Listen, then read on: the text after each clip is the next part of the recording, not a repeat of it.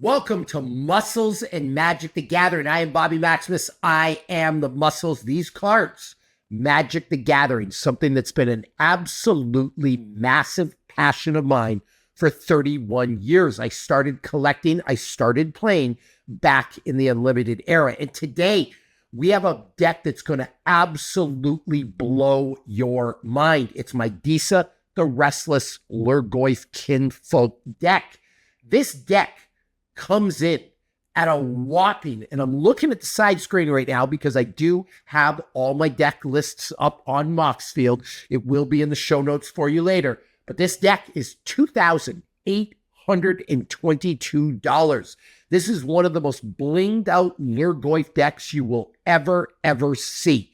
And I just want to say before I get into the meat and potatoes of the video, when I get into talking about the commander, I'm talking about the cards, that one of my favorite types of decks to build is kinfolk, tribal type decks. I love merfolk, I love goblins, I love zombies, I love the Eldrazi, I love slivers, and I've really wanted to build a Lhurgoyf deck. And with the release of Modern Horizons 3 and Disa the Restless, I finally had the perfect commander. So with all that said, let's dive in. If you like Lhurgoyfs, you're in the right place. You like graveyard synergies, you're in the right place. You like shady graveyard tactics, well, yes, you are in the right place. So with all that said, let's dive in and let's talk about the commander today, Disa the Restless. It's a 3-color commander. We have black, we have red, we have green. And whenever a Lhurgoyf permanent card is put into your graveyard from anywhere other than the battlefield, put it onto the battlefield. Whenever one or more creatures you control deal combat damage to a player, create a Tarmogoyf token. Now, such mixed emotions with this card that the Tarmogoyf, one of the greatest creatures in Magic the Gathering history, has been reduced to a mere token. But what a great way to build a deck. This is going to be awesome. And there's a lot of strategies in this deck where what we're trying to do is we are trying to get those Lhurgoyf cards put into our graveyard from our hand, from our library, anywhere other than the battlefield, so we can cast them immediately. So that is our commander, Disa the Restless. Now look at this card. I got to tell you, this deck, $2,800. Part of the reason I do that is because I'm really about collecting. Like, I want to build competitive decks, and honestly, this is one of my more competitive decks. Like, if there's a deck I have that's CEDH worthy, it might be this one. But a lot of times I build decks with the intention of collecting. Collecting for me is everything. And my 57 commander decks, yes, I have 57 fully functional, fully complete commander decks. You can check them all out on Moxfield, and they all exist in real time. There's no doubles in cards, right? They all exist in real time. But they're a way I display like all the cards I love. And look at this, a signed copy of Liliana of the Veil from Steve Argyle. So this is, I almost said his name wrong, but Steve Argyle, one of the most famous Magic the Gathering artists in history. But we have Liliana of the Veil as this Planeswalker, signed obviously in a really cool, the way he did this kind of shaded signature. I thought that was really awesome. We have Grist the Hunger Tide. Grist fits into this deck. There's a little bit of an insect sub-theme here. A lot of the insects go really well with the Lhurgoyfs, and there's a lot of graveyard synergy around them. So we have a Grist the Hunger Tide. As long as Grist the Hunger Tide isn't on the battlefield, it's a 1/1 insect creature in addition to its other types. You create a 1/1 black and green insect creature token, then mill a card. If it's an insect card was milled this way, put a loyalty counter on Grist and repeat the process. Great way to get the Lhurgoyfs in your graveyard, by the way. You may sacrifice a creature for the -2 ability. When you do, destroy target creature or planeswalker. In the final ability, each opponent loses life equal to the number of creature cards in your graveyard. So if you're building a graveyard deck, you need to Grist the Hunger Tide. It's absolutely massive. Now let's talk about creatures. There's going to be a lot of Lhurgoyfs in here. I have almost all the Lhurgoyfs, by the way. Obviously, I don't have a blue Lhurgoyf or a white Lhurgoyf, but all the other colors I do. It's a completely full deck. We have the Metallic Mimic, not a Lhurgoyf, but it's kind of a Lhurgoyf because it's Shapeshifter. As Metallic Mimic enters the battlefield, choose a creature type. Metallic Mimic is the chosen type in addition to its other types, and each other creature you control, the chosen type, enters the battlefield with an additional 1/1 counter on it. We have the Lhurgoyf. Lhurgoyf's power is equal to the number of graveyard cards in all graveyards. At the beginning of each player's upkeep, that player discards a card, and it has Madness for 3 mana. A Magnivore. Haste. Magnivore's power and toughness are equal to the number of sorcery cards in all graveyards. We have the Terravore. I told you I had all the Lhurgoyfs. I was not lying. I'm big on collecting. Trample. Terravore's power and toughness are each equal to the number of land cards in all graveyards. We have the Lhurgoyf. Lhurgoyf's power is equal to the number of creature cards in all graveyards, and its toughness is equal to that number plus 1. The Nethergoyf. Nethergoyf's power is equal to the number of card types among cards in your graveyard, and its toughness is equal to that number plus 1. The escape cost, you can pay it. Exile any number of other cards from your graveyard with 4 or more card types among them. Mortivore. Mortivore's power and toughness are each equal to the number of creature cards in all graveyards, and you can regenerate it. The Pyrogoyf. Pyrogoyf's power is equal to the number of card types among cards in all graveyards, and its toughness is equal to that number plus 1. Whenever a Pyrogoyf or another Lhurgoyf creature enters the battlefield under your control, that creature deals damage equal to its power to any target. The Tarmogoyf, we talked about him already. One of the most famous Lhurgoyfs of all time, if not the most famous Lhurgoyf of all time. Tarmogoyf's power is equal to the number of card types among cards in all graveyards, and its toughness is equal to that number plus 1. We have the Detradivore. The Detradivore's power and toughness are each equal to the number of non-basic land cards in your opponent's graveyards. Suspend X. X can't be 0. And whenever a time counter is removed from Detradivore, it is removed from the game. Destroy target non-basic land. The Barrelgoyf. Death Touch, Lifelink. Its power is equal to the number of card types among cards in all graveyards, and its toughness is equal to that number plus 1. Whenever Barrelgoyf reveals combat or deals combat damage to a player, you may mill that many cards. If you do, you may put a creature card from among them onto your hand. The Polygoyf. Trample and Myriad. Polygoyf's power is equal to the number of card types among cards in all graveyards, plus its toughness is equal to that number plus 1. Now, I mentioned we had a lot of Lhurgoyfs. How many do we have? 1, 2, 3, 4, 5, 6, 7, 8, 9, 10, 11 so far. So yeah, I said we had all the Lhurgoyfs. We do. And one of the cool things about my collection, I do not use graphics on the screen. I do not use proxies. I will only put it in a deck if it is a 100% real card. So that's what I think makes my channel unique. And that's what I think makes me unique as a Magic the Gathering fan, influencer, collector, whatever you want to call me. We are 100% real. This is the most real Magic the Gathering channel out there. I promise you that. We have the Overlord of the Baelmerk. Impending 5, and then you pay 2 mana. If you cast the spell for its impending cost, it enters with 5 time counters and isn't a creature until the last is removed. At the beginning of your end step, remove a time counter from it. Whenever Overlord of the Baelmerk enters or attacks, mill 4 cards. That's really good for this type of deck. There's a lot of mill cards in this deck.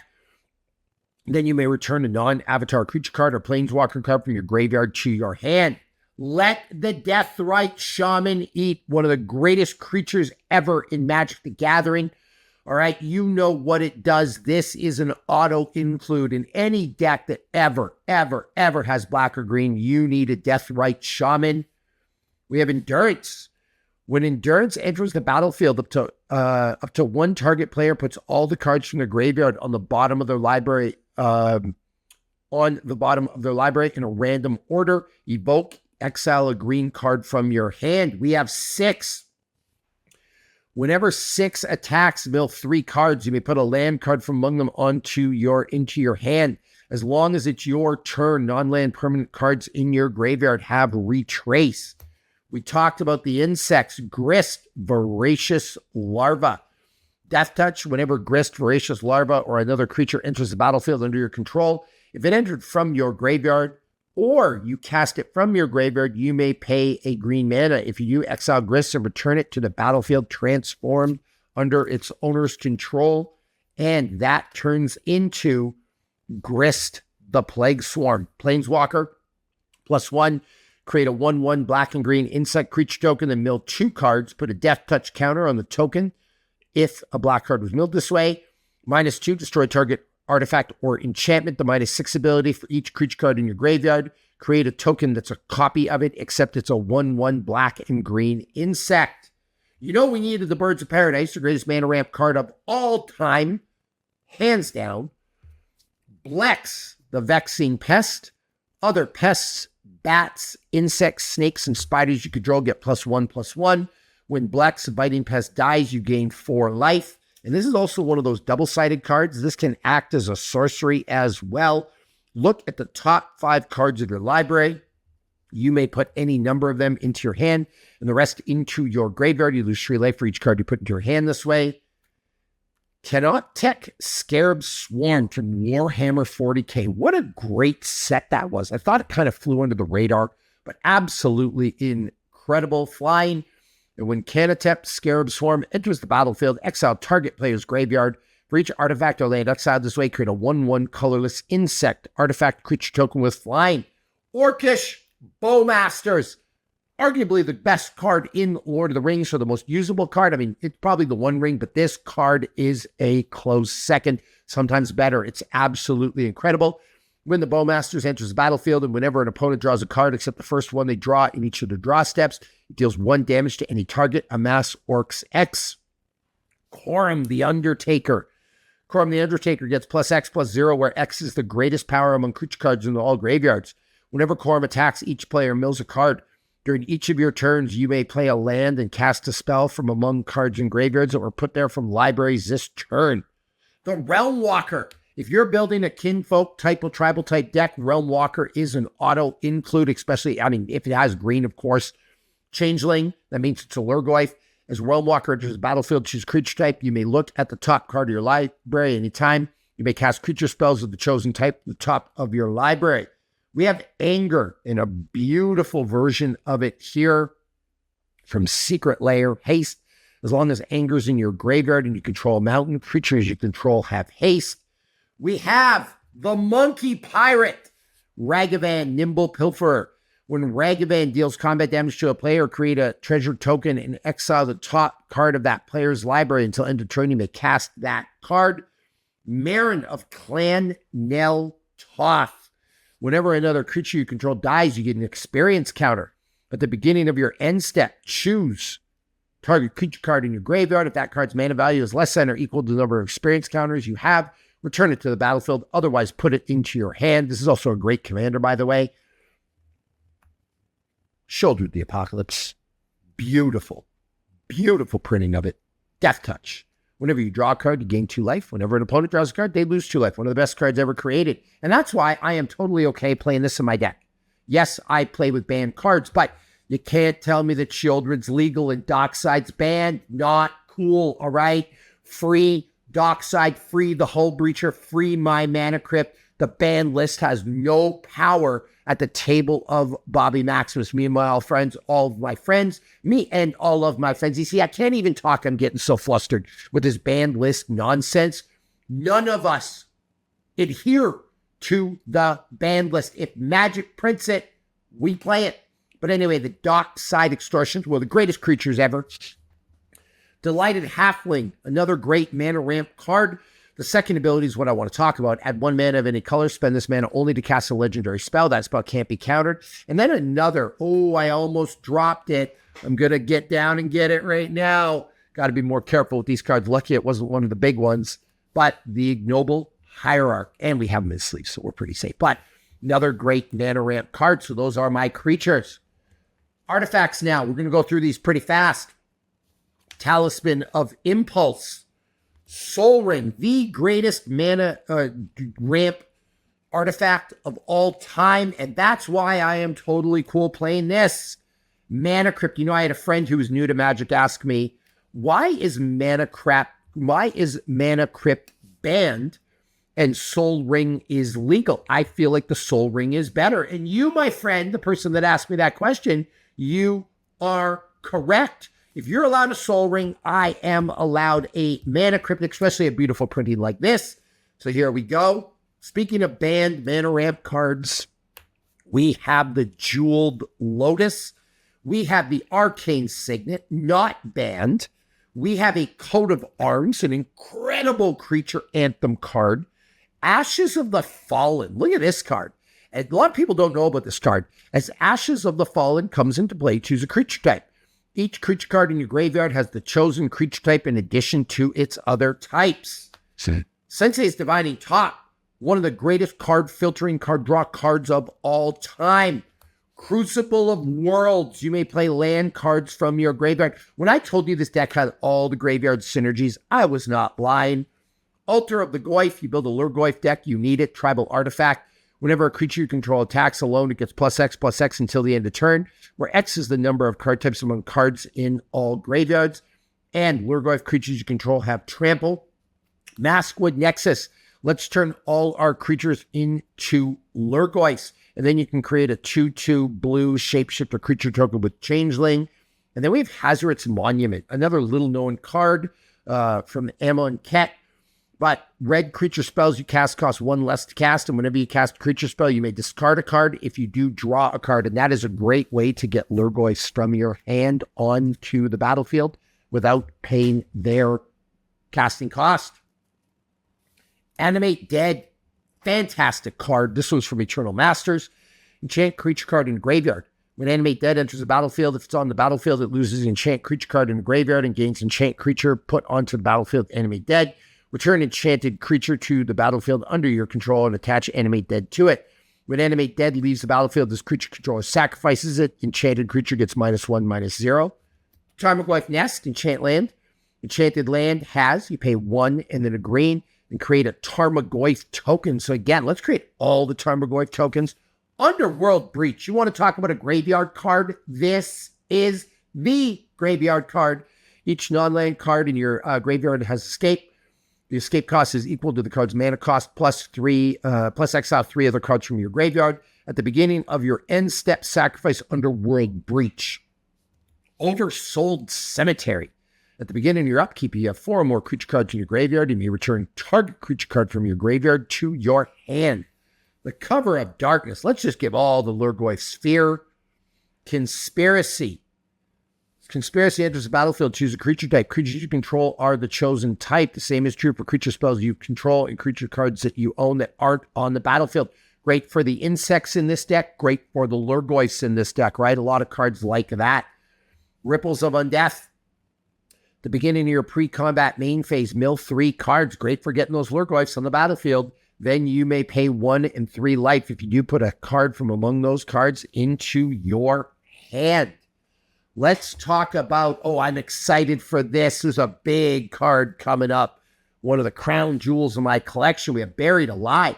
Search your library for 3 creature cards. Put them into your graveyard, then shuffle. You better believe we're choosing Lhurgoyfs. Life from the Loam. Return up to 3 target land cards from your graveyard to your hand. We are going to be putting a lot of stuff in our graveyard, so this is great to get those lands back. Toxic Deluge, one of the greatest spells of all time.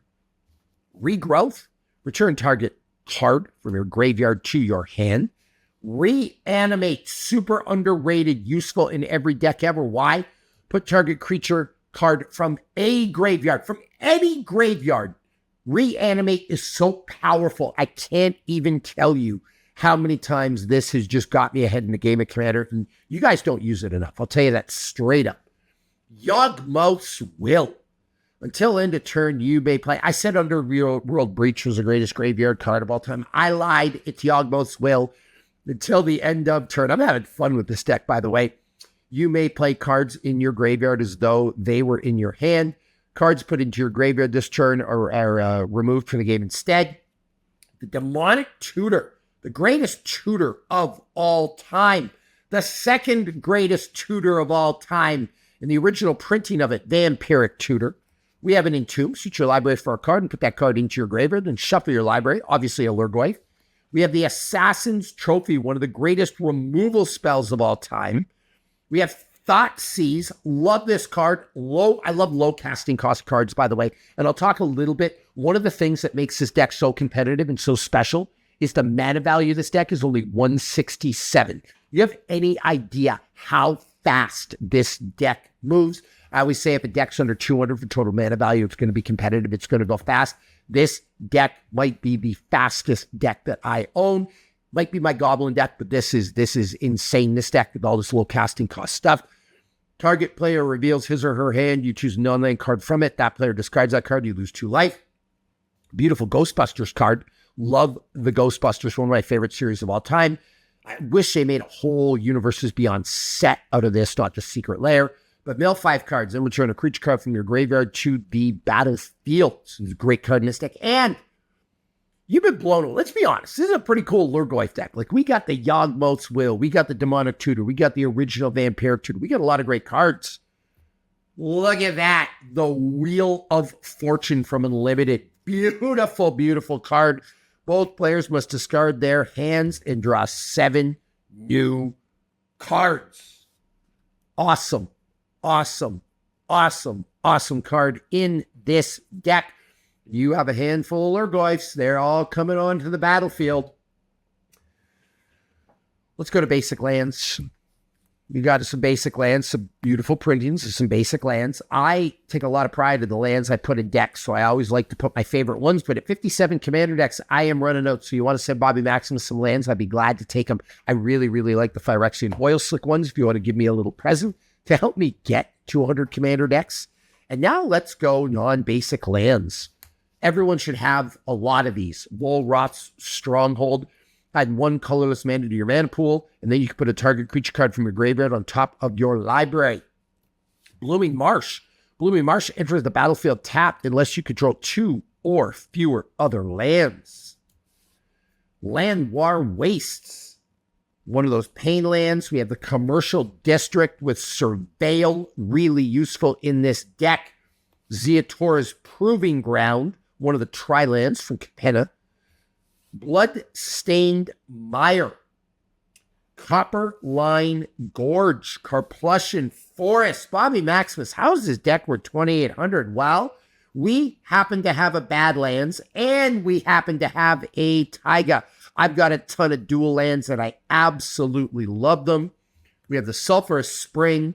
We have the Spire Garden. We have the Raucous Theater. We have the Wasteland. The Dead Marshes. This is beautiful, this card. And this card is worth, let's see what this is worth, $93.87 from Lord of the Rings. I bought so much Lord of the Rings, it was not even funny. You can see the Hobbit axes in the background, the Hobbit knife. I am obsessed with Lord of the Rings. Behind me, I don't know if you can see it, we have the Barad-dûr Legos. Over here somewhere, we have Rivendell Legos, and we have the Tower of Orthanc. So I love Lord of the Rings Magic the Gathering cards. The Darkboar Pathway, Command Tower, the greatest land of all time, Deathcap Glade, Lightstep Pathway, the Wooded Foothills, Barrow Downs, the Rockfall Vale, the Underground Mortuary, and, super useful, the City of Brass. That is my Lhurgoyf deck. I absolutely love it. Let's just for fun take a look at these 3 cards now at the end, because what a beautiful sight this is. The Taiga, the Wheel of Fortune, and the Badland. What a beautiful trio of cards. I absolutely love my Lhurgoyf deck. Metadata, like I said, the mana value of this is 167, so it goes up fast and furious. Technically, it's a bracket 4. We've got 4 game changers: Vampiric, Demonic, Underworld Breach, and Orcus Bowmasters. Tutors, of course, first 2. We have 4 tutor cards: the Vampiric, the Demonic, the Buried Alive, and the Entomb. We don't have any mass land denial. Didn't put it in this deck. And we do have 3 banned cards: Dockside Extortionist, Mana Crypt, and Jeweled Lotus. We have 35 lands in total. I should actually probably up that. I like to make my decks closer to 38 lands, but I didn't with this because of all the graveyard synergies. But on that note, I am looking to make changes to my decks. I collect. That's what I do. if you wonder, so one of the questions I get is, Bobby, you go through the cards pretty fast. You don't explain all the combos. You don't explain all the synergies and stuff. I'm just psyched about my collection, and I'm psyched to give you guys some ideas and psyched to share this journey with you. But I'm really interested in improving my decks. And in fairness, I'm a lot more of a collector than I am a player. So if you have any suggestions for me, I will change the decks. Like, I might change this deck. Now that I see I need more lands, I might change this deck right now after this video. But chances are, when you go check out the deck list, the deck might have changed a little bit because I'm always tinkering with these things. When I'm in my most private moments, that's what I am doing. I am playing with my 57 Commander deck. So, you have any advice for me? You want to give me some lands, give me some cards, help me hit 200 Commander decks, any of that, please put it in the comments below. And if you have any questions about the deck mechanics, I am happy to answer it. Listen, I love you. I love Magic the Gathering players. I love the community. It is always, always, always, for 31 years of my life, been a safe space for me. So I'm really grateful to each and every one of you. And thank you for supporting the channel. Subscribe, turn your notifications off, all that stuff. But really, it was a big step for me to start making this content. This is always a very private part of my life, and a part of my life I loved very, very much. People that know me know that. But I really, really appreciate being able to share this great passion with you. And do I have the greatest Lhurgoyf deck ever? I am going to say HE double hockey sticks, yes.